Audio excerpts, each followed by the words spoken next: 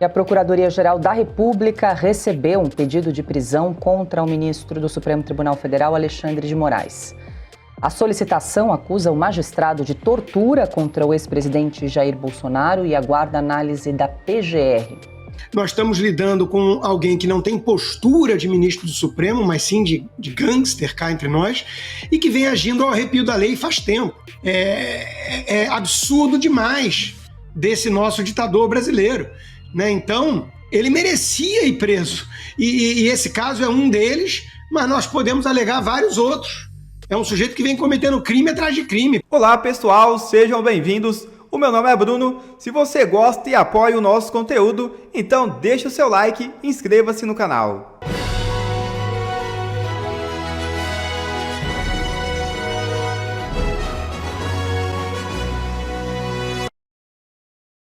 Lewandowski, ministro da Justiça, entrega a carta de demissão a Lula. É isso mesmo. Wellington César desponta como favorito para a Justiça. O ministro da Justiça e Segurança Pública, Ricardo Lewandowski, entregou nesta quinta-feira uma carta de demissão ao presidente Luiz Inácio Lula da Silva. A exoneração deve ser publicada no Diário Oficial da União ainda nesta semana. Segundo interlocutores do Palácio do Planalto, Lewandowski apresentou o pedido antes de participar ao lado de Lula da cerimônia alusiva aos atos de 8 de janeiro. No evento, o agora ex-ministro afirmou que crimes contra o Estado Democrático de Direito não podem ser perdoados. Declaração interpretada por aliados como um gesto de alinhamento final à posição do governo. E advogados apontam a prática de tortura e pedem a prisão de Moraes. É isso mesmo. A situação do país está realmente insustentável e, como nunca antes, de todos os lados, manifestações denunciam a conduta ilegal do ministro Alexandre de Moraes. Na esteira dessa onda de indignação, 2 corajosos advogados foram mais adiante e ingressaram com uma denúncia de tortura praticada contra o ex-presidente Jair Bolsonaro. Os advogados Paulo Faria e Felipe Rocha protocolaram representação ao PGR Paulo Gonet, apontando, além da prática de tortura, abuso de autoridade e prevaricação. Segundo a peça, os fatos se relacionam à custódia e ao estado de saúde de Jair Bolsonaro, com alegação de sofrimento físico e psicológico e omissão diante do quadro clínico relatado pela imprensa.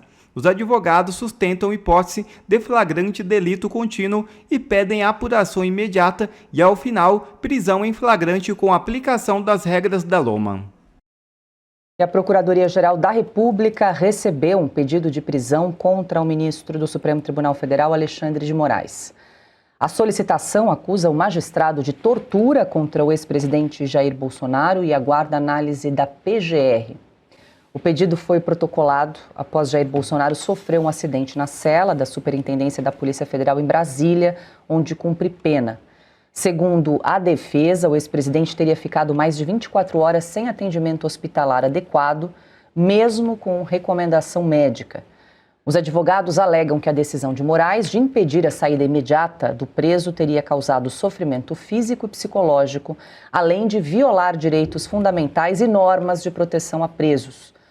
No documento, a defesa fala em omissão estatal, abuso de autoridade e pede, então, a abertura de investigação, além da prisão em flagrante do ministro.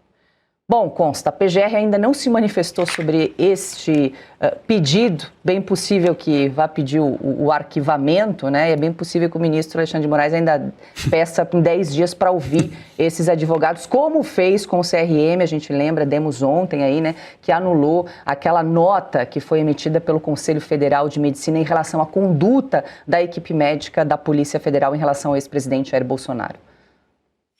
Pois é, esse caso com certeza não vai dar em nada, mas eu acho a iniciativa louvável, né? Mais gente devia fazer isso para lembrar sempre que nós não estamos lidando com um juiz, nós estamos lidando com um ex-sancionado por abuso de direitos humanos, que é a Magnitsky foi revogada por interesses de curto prazo aí do governo americano. Nós estamos lidando com alguém que não tem postura de ministro do Supremo, mas sim de gangster cá entre nós, e que vem agindo ao arrepio da lei faz tempo. Esse caso do CFM, como eu não estava aqui para comentar nessa quarta-feira, eu comento um pouco agora. Olha, é escandaloso em todos os aspectos. O Bolsonaro cai, aparentemente, na sua cela, né? Coisas estranhas continuam sem muitas explicações. O CFM recebe uma denúncia e, como de praxe, abre uma sindicância para investigar. Médicos. O Conselho Federal de Medicina representa, se não me engano, mais de 500, 600 mil médicos no Brasil. O Alexandre de Moraes diz que não cabe ao CFM correição de Polícia Federal. Mas quem falou em correição de Polícia Federal? O que está sendo discutido é médico para médico. A postura médica foi adequada? Se o cara trabalha para a Polícia Federal como médico, ele continua sendo médico. Mas isso é o óbvio ululante. Então nós estamos lidando aqui com alguém que perdeu qualquer resquício de bom senso ou de preocupação em parecer alguém que respeita o bom senso. Né? Ele dobra a aposta a cada minuto. Aliás, adiantando, Paula, o tema da minha coluna dessa semana na Oeste. Mesmo com a captura do Maduro, eu fiquei muito tentado a escrever sobre esse assunto, que é o assunto que dominou o mundo todo no começo desse 2026, mas o Alexandre de Moraes conseguiu atropelar a pauta. É absurdo demais desse nosso ditador brasileiro. Né? Então, ele merecia ir preso. E esse caso é um deles, mas nós podemos alegar vários outros. É um sujeito que vem cometendo crime atrás de crime. Podemos pegar aí o caso do Talhaferro, a prisão do Daniel Silveira, o Felipe Martins e o próprio Bolsonaro em outros casos, e por aí vai. Mas, infelizmente, nada acontece. O sujeito parece intocável, imparável. Sabe-se lá o motivo. Diga, Marcília, que a gente pode esperar? A PGR, por enquanto, a Procuradoria-Geral da República, comandada pelo Paulo Gonet, ainda não se manifestou a respeito desse pedido, mas ainda é capaz de sobrar ainda para o advogado, né, que fez essa solicitação. E para o Gonet. É bem possível que, enfim, o Moraes chame o Gonet na salinha e fale assim, olha, menino, o que você acha? Quem você acha que você é para cuidar desse pedido? Então, eu acho que o Gonet aqui, ele vai ou colocar... Nem sei se ele vai arquivar, né? Porque vai que ele coloca no arquivamento alguma palavra ali que possa magoar o Moraes. Eu acho que o Gonet não vai nem arriscar. Mas é possível, sim, que haja, se isso fosse adiante, algum tipo de retaliação ao advogado, ao Gonet, o Moraes intime todo mundo em 24 horas e assim por diante, como aconteceu com o CFM. E como aconteceu com o Talhaferro, vamos também lembrar, que é o maior exemplo, talvez o grande exemplo de como o Brasil está invertido como o mapamundi do IBGE lá apresentado. Né? Então, aquela pessoa que denuncia uma ilegalidade do ministro Moraes passa a ser por ele denunciado, né? A denúncia se esquece e o denunciante vira denunciado. Aquele que pede a investigação se torna investigado. Aquele que deveria punir acaba sendo punido.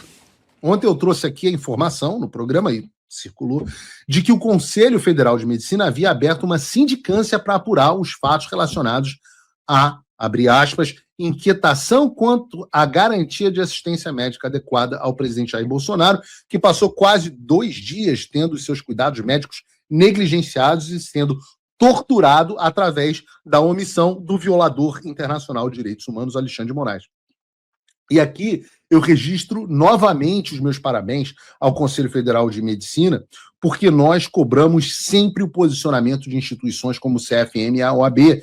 E nesse caso, eles decidiram não se omitir. Só que o grau de consolidação do regime no Brasil é tão avançado que algumas horas depois do anúncio feito pelo CFM, o próprio imperador do Xandaquistão, o pseudo-juiz corrupto, determinou a nulidade da sindicância e proibiu que qualquer procedimento similar fosse instaurado sobre o assunto. Ou seja, você age com negligência aos cuidados médicos de um idoso que se acidentou, nega a ida dele ao hospital para fazer exames e só libera a ida no dia seguinte. E aí, quando alguém diz que vai apurar o que aconteceu, você impede que isso seja feito. Agora, então, para todos os efeitos, o Alexandre assume mais um cargo. Não basta o cargo de presidente da República, de presidente do Congresso Nacional, de dono do Supremo Tribunal Federal, ele agora, e de perito, de procurador-geral da República, ele também é agora o presidente do Conselho Federal de Medicina. E as mesmas pessoas que aplaudiram a sua ditadura e acúmulo de poder, agora se fingem de assustadas. Aliás, ele não somente, se fosse só isso, estava barato, mas ele não somente determinou a nulidade da sindicância, como também decidiu que o presidente do CFM deve prestar depoimento à Polícia Federal para explicar a conduta que ele classifica como ilegal do CFM. Apurar possível prática de crime.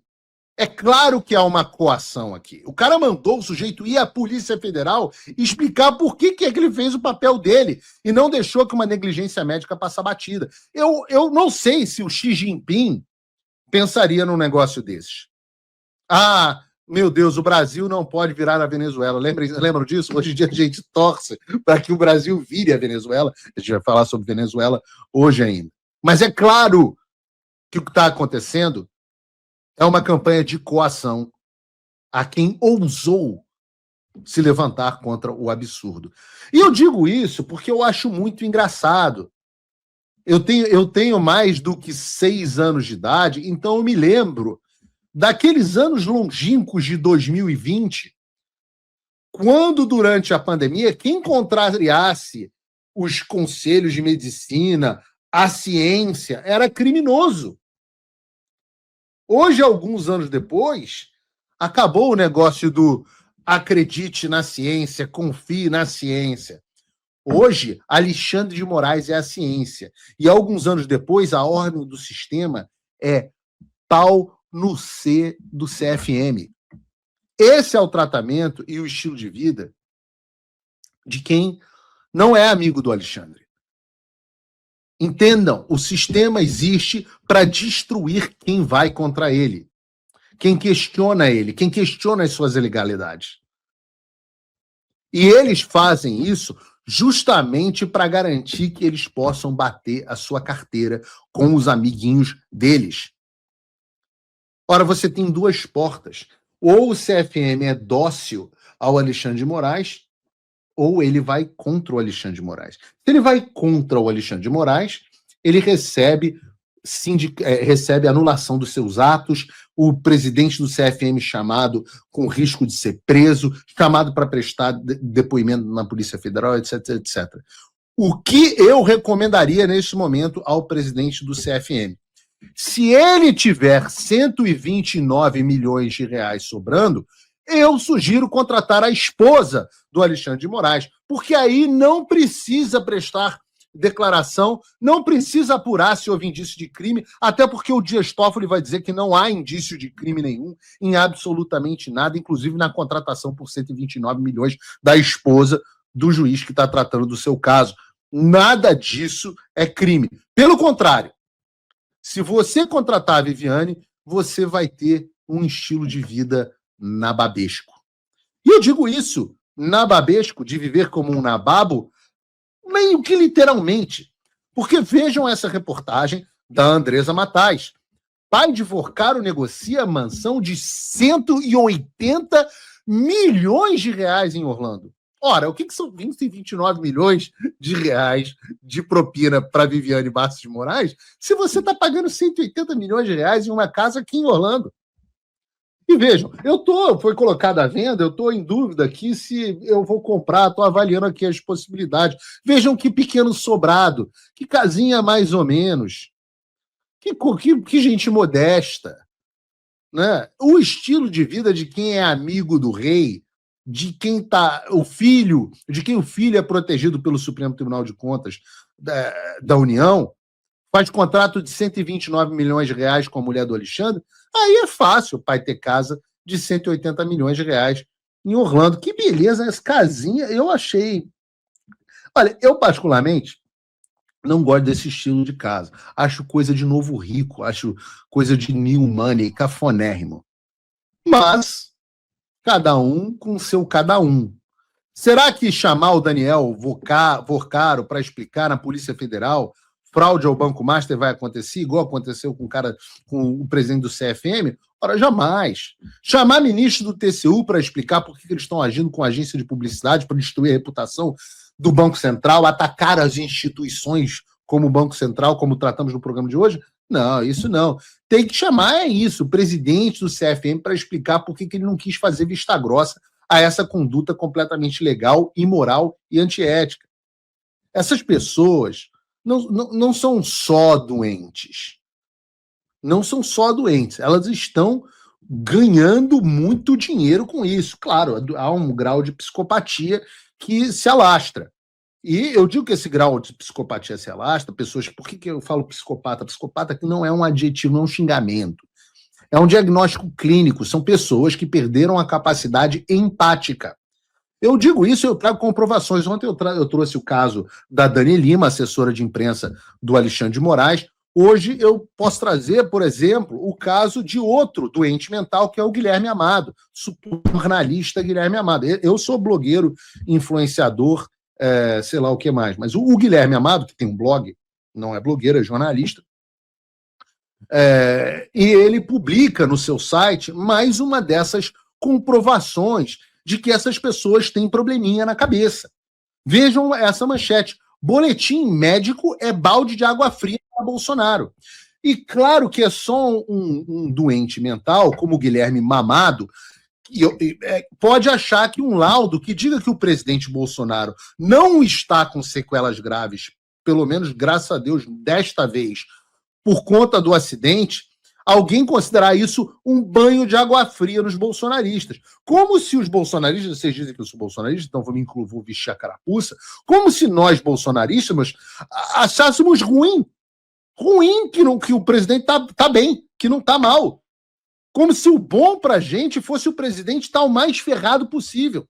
E sabe por que esse cara fala um troço desse? Porque é assim que a mente dele funciona. Nada tem um caráter humano. É tudo absolutamente o que é conveniente ou não para uma narrativa. Não tem pessoa. Então o sujeito é incapaz de enxergar a dimensão humana de um senhor que tomou um tombo, preso por algo que não cometeu, cheio de comorbidades, como diz lá o CFM, que tomou um tombo, bateu a cabeça e se machucou. Pô, uma pessoa normal olha e fala: puta, graças a Deus, o presidente Bolsonaro tá razoavelmente bem. Nem tá tão bem assim. Se você for ver o vídeo da Michelle, eu não vou ter tempo de passar aqui hoje, vocês vão ver a Michelle dizendo que o Bolsonaro tá hipermedicado, que convive com dor, que já pensou até em tirar a própria vida por 3 vezes, que tá confuso, tá com dificuldade de falar, e eu venho alertando vocês disso há muito tempo. Nem tá tão bem assim. Mas uma pessoa normal olha e fala assim: puta, graças a Deus, dependendo do cara, graças a Deus ele bateu a cabeça, mas tá bem. Quando o Lula bateu a cabeça, não sei se vocês lembram, o Lula bateu a cabeça no ano passado. Eu acho que as pessoas sadias da direita, ninguém ficou, meu Deus, tomara que, pô, que pena, o Lula bateu a cabeça. Tem pessoas doentes na direita também. Mas a ponto de você ter jornalistas em veículos mainstream fazendo o que fazem Dani Lima e Guilherme Mamado, não dá. É gente doente. Primeiro o Alexandre com a negligência, com a tortura, depois a Dani Lima fazendo piada, agora é outro doente, que é o Guilherme Mamado. Então, o valor que você tem enquanto ser humano para essas pessoas é zero ou menos do que isso. Por isso que elas ficam tão entusiasmadas quando você perde seus direitos, sua liberdade de ir, sua liberdade de expressão, e até mesmo a tua vida. É gente doente mesmo. E é por isso que você precisa se livrar dessa gente. E o caminho para você se livrar dessa gente, bom, eu estou brigando aqui, hoje, dia de Washington, dia de trabalho, não vou fazer promessas além de trabalhar duro.